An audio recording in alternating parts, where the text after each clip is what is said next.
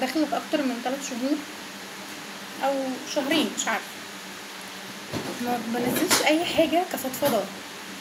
عماله انزل روتينات، الشقه، التعب، البيت، المشاكل. مفيش فضفضه خالص، مفيش كلام عن احلامنا خالص، مفيش كلام عن طموحاتنا خالص.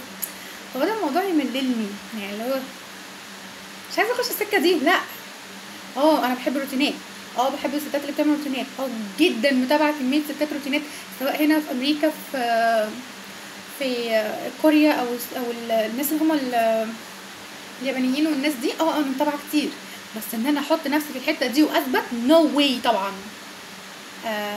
انا حابه الصفحه تكون انا، اي دردشه، اي مشاكل، اي حاله نفسيه، اي روتين، اي حاجه حلوه عموما. فانا حابه احط نفسي في الدايره دي، مش حابه احط نفسي في دايره المشاكل بس، او الشقه بس، او الاكل والبيت والتنظيف والسكين كير والهير كير. نو نو نو نو، دي مش بتاعتي. يعني انا بتاعتي ان انا ابقى بعمل ده، بس ان انا اعيش عمري كله مكرسه حياتي ان انا بعمل سكين كير وبدي نصايح وبدي نو واي طبعا. طيب انا حاليا يعني زي اللي هو بيقولوا بعمل مونتاج للفيديو، ومش مونتاج يعني بظبط بقى الفيديو، بنزله اللي مصوراه كله، بقسمه اشوف ايه 1 2 3 واكمل. فاكتشفت معلومة ان التيك توك او الفيديو اللي كنت بصوره قطع جزء كامل كبير كبير من الفيديو اثناء التصوير او اثناء التنزيل، وكمل. يعني قطع لي الجزء اللي انا اصلا قاريه فيه الكلام وكمل. حقيقي مش عارفه ايه السبب، مش فاهمه ليه عمل كده، بس انا مش عارفه هو ليه عمل كده. عارفين كأن الكلام كان محظور او حاجه شبه كده، مع ان انا قاريه الكلام ده مكتوب على جوجل ومكتوب على كل السوشيال ميديا، والكلام ما فيهوش اي تحريم، اي اخطاء، اي غلط. حقيقي انا مش عارفه هو عمل كده ليه. فانا هتلاقوا البدايه متلخبطه قوي، بس هتفهموا بعد كده. بجد زعلت قوي لان كل اللي اتقال ده كان مهم جدا، والله العظيم، من غير تريقه اقسم بالله. كنت اما باجي اروق البيت وانا صغيره، كنت بحب ان انا اخلص، يعني يطلع عيني واتعب واتبهدل، وما تقولي طب كفايه. انت عارفه ربنا سبحانه وتعالى خلق الكون في 6 ايام وتربى على العرش في يوم السابع. بمعنى ان حتى ربنا سبحانه وتعالى، طبعا هو التشبيه مش تشبيه ان انا ابقى زي ربنا، ان الانسان عليه حق ان هو يستريح. يعني ربنا سبحانه وتعالى كان بيشتغل على مهله، بيخلق على مهله. طبعا ربنا لو امر ان الكون يتعمل كده هيتعمل، اما شكل سيدنا ادم بايديه، فهيخلق في 6 ايام والسابع هو اللي هيقعد فيه. المعنى ان ربنا علمنا، يعني ربنا حكمته ايه من ال6 ايام دول، ان انت تقدر توصل حتى لو على مدار ايام، على مدار فترات، على مدار شغل، يعني تقسم. ربنا سبحانه وتعالى قادر انه يخلق الكون كده، ولكن هو حب يوصل لنا معلومة الصبر، التقسيم، التفكير، التدبير، ان انت تبقى عارف ان انت هتعمل ايه واحدة واحدة، تحدد اهدافك، تحدد خطتك، وبعد كده تمشي عليها واحدة واحدة. تمام. ده باختصار شديد من هو الله، ده باختصار شديد جدا جدا جدا. الواحد لو قعد يتكلم عن ربنا ليل ونهار، سنين وشهور وكتب واساطير وحاجات كتير قوي، عمره ما هيوفي. بس انا نفسي اوصل المعلومات دي لاطفالي. هقول لكم ليه. انا مش حابه ان هم يقعدوا لحد ما يكبروا يعرفوا المعلومات دي، لا، ان هم اطفال لسه رضع، اللي هو بيقولوا ان التعليم في الصغر زي النقش على الحجر. انا عايزه انقش على اطفالي ان ربنا سبحانه وتعالى ده جميل جميل، وخلق لنا كل حاجه جميله. انا عن نفسي اتعلمت يعني من وانا طفله، خدت معلومه ان ربنا هو اللي خلق الجنه والنار والخير والشر، واحنا نمشي جنب الخير ونبقى موحدين بالله ومؤمنين بسيدنا محمد، ونبعد عن الشر والكذب والسرقه والخيانه والكذب والسرقه والخيانه. فكانت معلوماتنا كده بس شفافه. هنا بقى تعالوا نقول لكم معلومه زياده. في ايات تانية او سور وصفت ربنا سبحانه وتعالى غير اسماء الله الحسنى طبعا، اللي هي سوره الاخلاص، سوره الاعلى، سوره الرحمن، سوره الكرسي، وخواتم سوره الحشر. ال5 ايات دول ليهم وصف من عند ربنا. يعني مثلا الرحمن، فبأي آلاء ربكما تكذبان. لو حد فكر كويس قوي الآية دي بتوصف ربنا، الآية دي فيها كمية وصف لربنا سبحانه وتعالى يعني حلوة قوي. أنا بحب سورة الرحمن جدا، طبعا بعيدا عن سورة البقرة والملك، وفي حاجات تانية كتير قوي في القرآن بحبها، ولكن أنا بعشق سورة الرحمن دي، خفيفة على قلبي كده، هي وسورة يوسف. مش عارفة ليه، يوسف مش محمد، عارفة، بس دي حاجة ودي حاجة. أنا يوسف عشان بيصعب عليا، يعني قد إيه إخواته كانوا سيئين معاه، وبفرح لأنه دخل بلدنا مصر، يعني أفتخر بيه جدا جدا. دي حاجة تانية. خليني بقى نكمل. ايه برضو اللي عايزة اعلمه لاولادي ومن البدايات؟ الفضاء.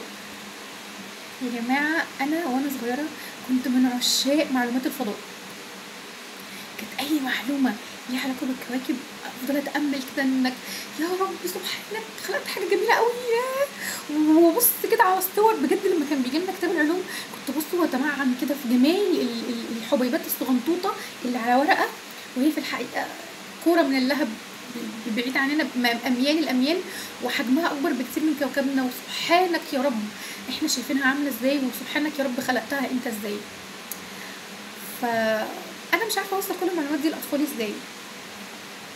بفكر انزلهم على الفيسبوك، بس خايفه، ما هو القرايه ما بتجيش بسهوله مع الاطفال. انا عن نفسي ما قريتش بسهوله، انا قريت بصعوبه قوي، قعدت كتير على ما كنت بجمع كلمه. يعني انا احكي لكم بعدين موضوع القرايه ده هتفاصوا ضحك، ولكن انا عايزه اوصل المعلومات دي للاطفال. ده جزء من البدايه، او بدايه الخليقه، او قصه البدايه اللي انا عايزه اكتبها، او اللي انا عايزه انزلها، او اللي انا عايزه اعملها لاولادي كاسطوانه، كفيديو، كصوره، كصوت، فويس نوت. مش عارفه والله، ما عارفه ممكن اسجلها لعيالي ازاي ان هم يحبوا الحاجات دي بسهوله ويحفظوها بسرعه. اما اللي بعد كده، بعيدا برضو عن الجنة والنار والملائكة والشياطين، في معلومات عن الملائكة والشياطين على فكرة. حابة برضو اكلمهم عن الحيوانات. وانا صغيرة رحت جنينة الحيوانات، جنينة الحيوانات دلوقتي اتقفلت.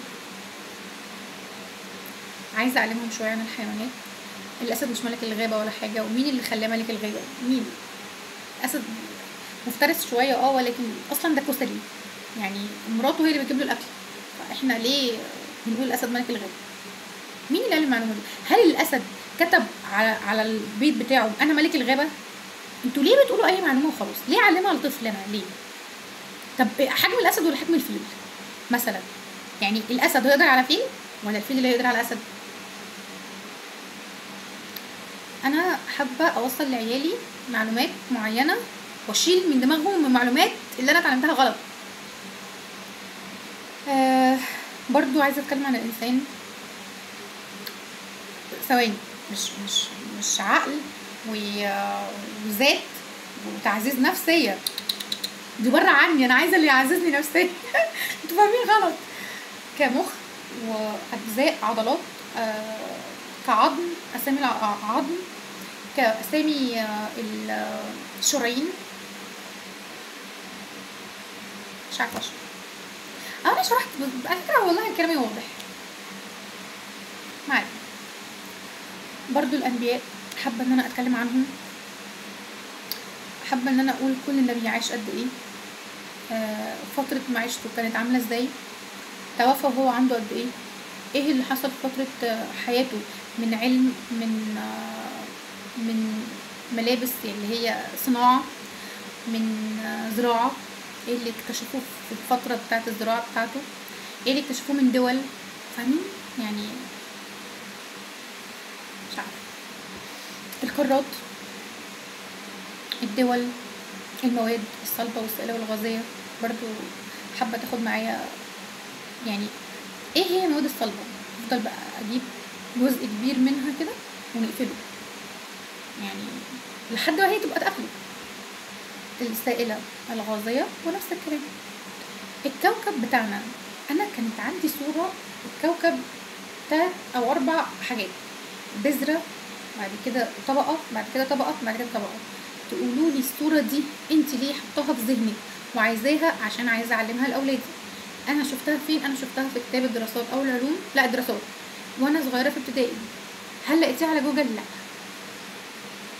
هل بكتب على جوجل نفس التفاصيل اللي انا شايفاها بعينيا بتفصيله معينه مختلفه بزاويه معينه مختلفه؟ بلاقيها. لا. بصوا الموضوع رخم. تنسيق الالوان دي بقى هندخل بقى في الحاجات الهايفه. يلا ندخل حاجات هايفه، احنا كده دخلنا كل الجد، ندخل حاجات هايفه شويه. تنسيق الالوان، عايزه اتكلم شويه عن تنسيق الالوان. ايه اللي بيتلبس مع ايه اللي بيتحط مع ايه في ديكورات البيت. حابه برضو ان انا اتكلم عن ديكورات البيت كتير قوي. حابه ان انا اتكلم عن البنت اذا كانت طفله اللي هي فتره تاهيل، مراهقه اللي هي لا ابتدائي اللي هي الطفوله شويه، مراهقه اللي هي في الثانويه مثلا او الجامعه او اعدادي قصدي، هي اصعب فتره تقريبا. بعد كده الجامعه اللي هي مثلا خلاص خلصت ونضجت، وصلت لمرحله الرشد، وفي نفس الوقت ممكن تكون متزوجه وممكن تكون لا. ليه انا حابه اعمل كل دول؟ علشان حابه انصح بنتي بعض النصايح انا ما اتنصحتهاش وقابلتها في وشي. الولاد انا والله ما بفهم في تربيه الولاد بجد، ما بفهمش. بحس ان انا لا انا ولا انتوا بنيجي مع بعض على سكه. انتوا كده تركيبتكم غريبه، بتحبوا السجاير، بتحبوا البنات، وانا ما بحبوش عشان انا متجوزه، ما بحبوش. عايش ده بره ده بره ده. هل الكلام خلص؟ لا اقسم بالله لسه في حاجات تانية كتير. لسه بس انا مش عارفه ابدا منين. انا قلت كل اللي عندي بس حقيقي مش عارفه ابدا منين. ملانه من الكتابه، من البتاع دوت، من البيت. مش عايزه افضل في البيت، عايزه ابقى سوشيال شويه، بس مش عارفه اعملها. من ضمن الدردشه، زهقت من افكار الفرح. انا اصلا في مشاكل،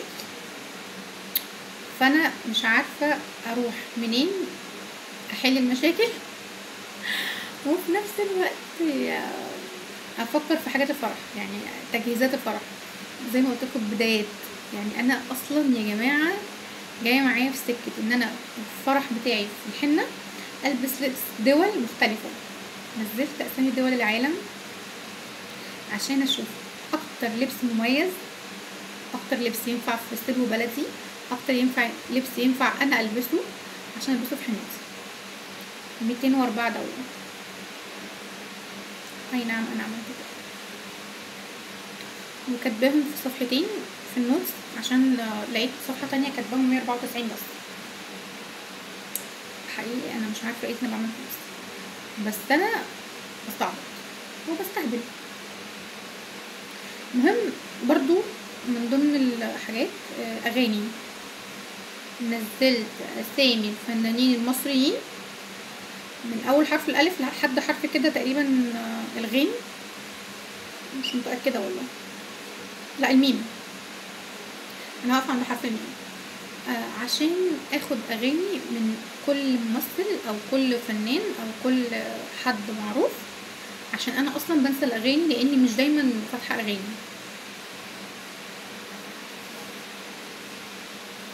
هل انا كملت ده؟ لا. هل انا كملت ده؟ لا. هل انا طلعت الهدوم اللي انا بقول عليها من الدول؟ لا. بفتح الفتحه واسيبها، بفتح الفتحه واسيبها. من ضمن الحاجات اللي بفتح الحاجات واسيبها ان انا ما قلتلكوش ان انا برضو عايزه اتكلم والله عن عدد البحار والمحيطات والانهار. انا بحب الحاجات دي قوي، الخريطه بتاعت مصر والعالم. اصلا نفسي اجيب الكوره اللي هي الكوره الارضيه البلاستيك دي، فاكرها؟ هموت عليها عشان بحب الحاجات دي. وبرضو نفسي اجيب الملكان اللي هو مش ده اللي هو الهيكل العظمي. والله العظيم 3 اقسم بالله عايزه اعمل. انا عملت بالفعل في النص ده امبارح وقبل ما اشوف دي على فكره، انا ما اعرفش ان انا كاتباها واتبسطت قوي بجد ان انا عاملاها، بجد اتبسطت. الروتينات، انا كل يوم اقول عايزه اعمل الروتين، يا ببدا بحاجه وبفصل في النص، يا ببدا بنص، يا ببدا لحد ما اوصل للعصر، يا ما ببداش خالص واخد مساء كله، بعمله كله مساء. طب ما انا ما كده غلط يا جماعه. عايزه اي حفاز، اي تحميس، اي كذا بتاع بريد. فانا عايزه اعمل روتين رباني. دي انا اكتشفت ان انا كاتباها، دي انا مجهزاها اصلا. روتين صباحي، روتين عنايه سواء بالشعر، بالبشره، بالجسم، بالضوافر، بالرجل.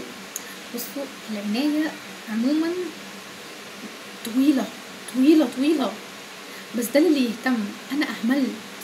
انا جت عليا فتره كنت بهتم بنفسي بالخرابي، انا بجد كنت سو كيوت وانا في الشرقيه او وانا في مستورد. انا جيت هنا اترميت رميه وحشه قوي. روتين نظافه منزليه او شخصيه، عنايه شخصيه. الاكل، تعالوا بقى نتكلم في حاجه مهمه قوي حصلت معايا من حوالي يومين او 3 ايام.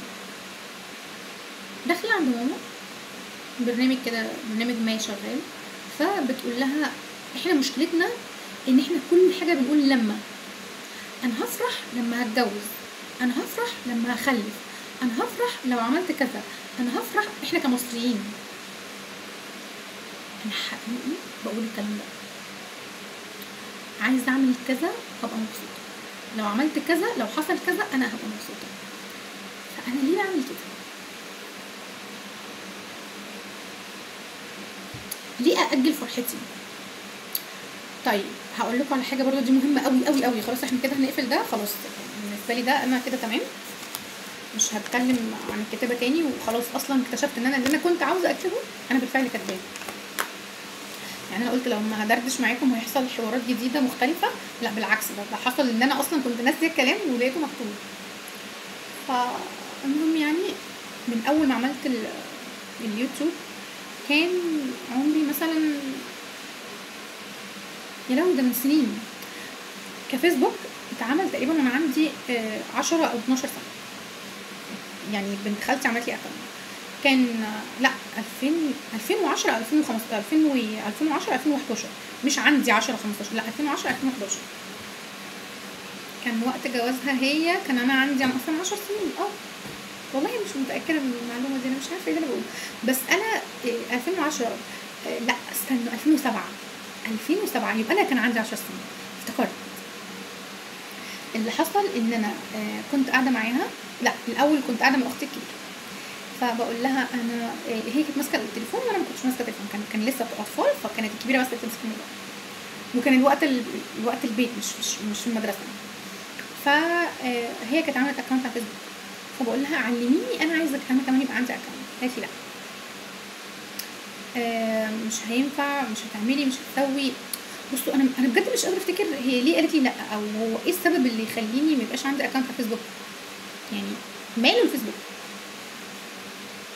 المهم يعني اني بعدها بحوالي سنه او سنتين رحت عند بنت خالتي، وهي كانت عامله اكونت على فيسبوك وكانت عندها كمبيوتر وكانت مبسوطه بينا قوي واحنا قاعدين عندها. قولي لي يا منور نفسك في ايه، نفسك في ايه وانا اعمله لك. بجد كانت يعني كانت هي مبسوطه بينا قوي. قلت لها طب بصي قولي لي نفسي اعمل فيسبوك اكونت على فيسبوك، انا من عامله وانا نفسي انا كمان اعمل. راحت قايله لي هعمل لك، وبالفعل لقيتها راحت عامله لي الاكونت.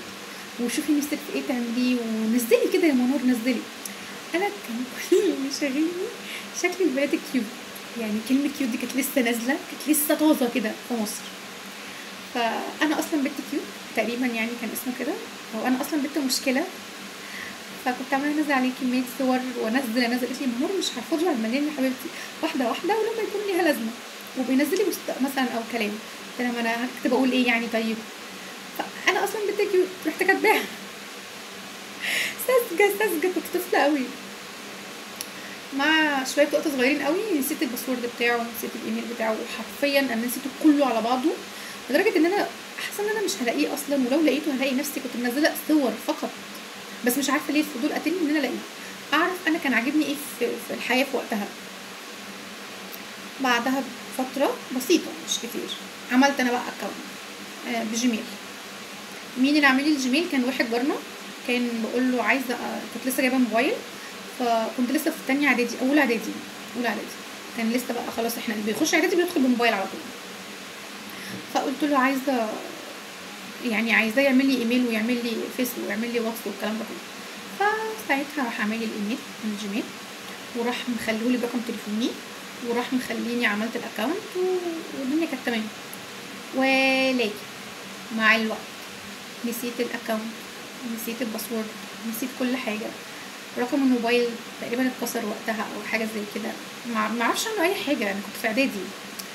موبايل ذات نفسه اتكسر، موبايلي انا نسيته اصلا عند الامتحان، مش عارفه اوصله تاني.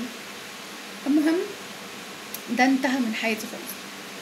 لما مشيت بيا الايام ودارت وجيت هنا في 2019 2018 17 2017 رحت انا اللي عامله لنفسي الاكونت. عملته ازاي؟ عملته 2016، عملته برقم التليفون كونكتد على التليفون على خطي.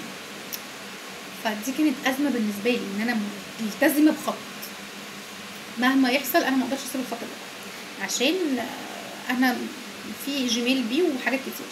خطبت بقى فسخت وخطبت واحد جديد، فمش هينفع ده يبقى عارف ان ده معايا رقم نفس التليفون، فكان رابكني. كان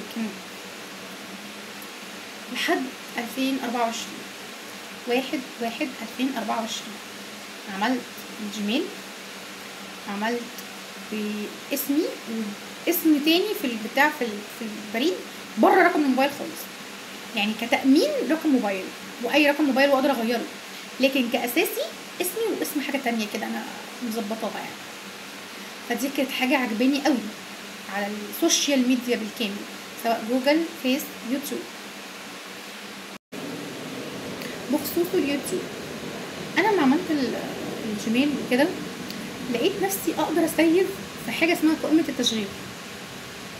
قائمه التشغيل دي بخصصها بحاجه انا عايزه اعملها، سواء مثلا اكلات بالرز، اكلات باللحمه، اكلات بالسمك.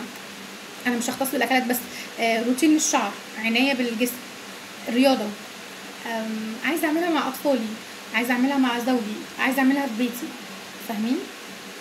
انا وصلت لمرحله تخزين مميته. امتى التنفيذ؟ نرجع للنقطه اللي هي قالت تؤجل. احنا في مصر عندنا انا هتبسط لما طب وليه انا هفضل اجل؟ طب ما نعمل، يعني بدل ما اقول هاعمل، لا انا قايمه اعمل على طول. فدي من ضمن الحاجات اللي انا عايزه اعملها، كل يوم اعمل حاجه من اللي بشوفهم على النت، طالما هم شدني وشغلني ومخلياني محافظه عليهم بايدي وسنيني ومش عايزه امل ومش عايزه، وانا اصلا ملانه في البيت. مشكلتي اني عماله اقول عايزه انزل شغل عشان مش عايزه افضل قاعده في البيت، وجسمي عمال يورم بسبب الكورتيزون. بالنسبه انا منفوخه جدا، بصي عشان الكورتيزون وكده. فانا لو نزلت شغل انا مش هقدر اشتغل. خليني اكون صريحه، انا جسمي مش مساعدني لا صحيا ولا قدره، مش قادره، طول الوقت حاسه بهلك، فانا مش هقدر. طب هننزل نعمل ايه؟ هنقول للناس مش قادره وعايزين نقعد، عايزين نقعد؟ ما احنا هنا بنقعد براحتنا، تعالي نستفاد بالوقت اللي احنا قاعدينه هنا. فده بقى اللي انا عايزه اشتغل عليه الفتره الجايه. مبسوطه اني دردشت قوي قوي قوي قوي، عندي طاقه كبيره لحاجات كتيره جدا، حاسه مش عايزه اقفل، بس كفايه عشان التايم مبقاش ممل.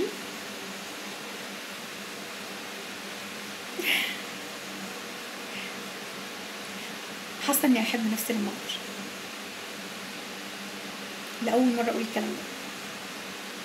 يعني كنت دايما اقلق، اللي هو انت تكبري هتبقي مش عارفه ايه مش عارفه ايه. لما راجع الذكريات دي واعرف قد ايه انا مريت بحاجات صعبه وكنت قدها، هبقى فخوره بيا قوي. افتخري بنفسك. حاليا بسمع كتير قوي عن تعزيز الذات،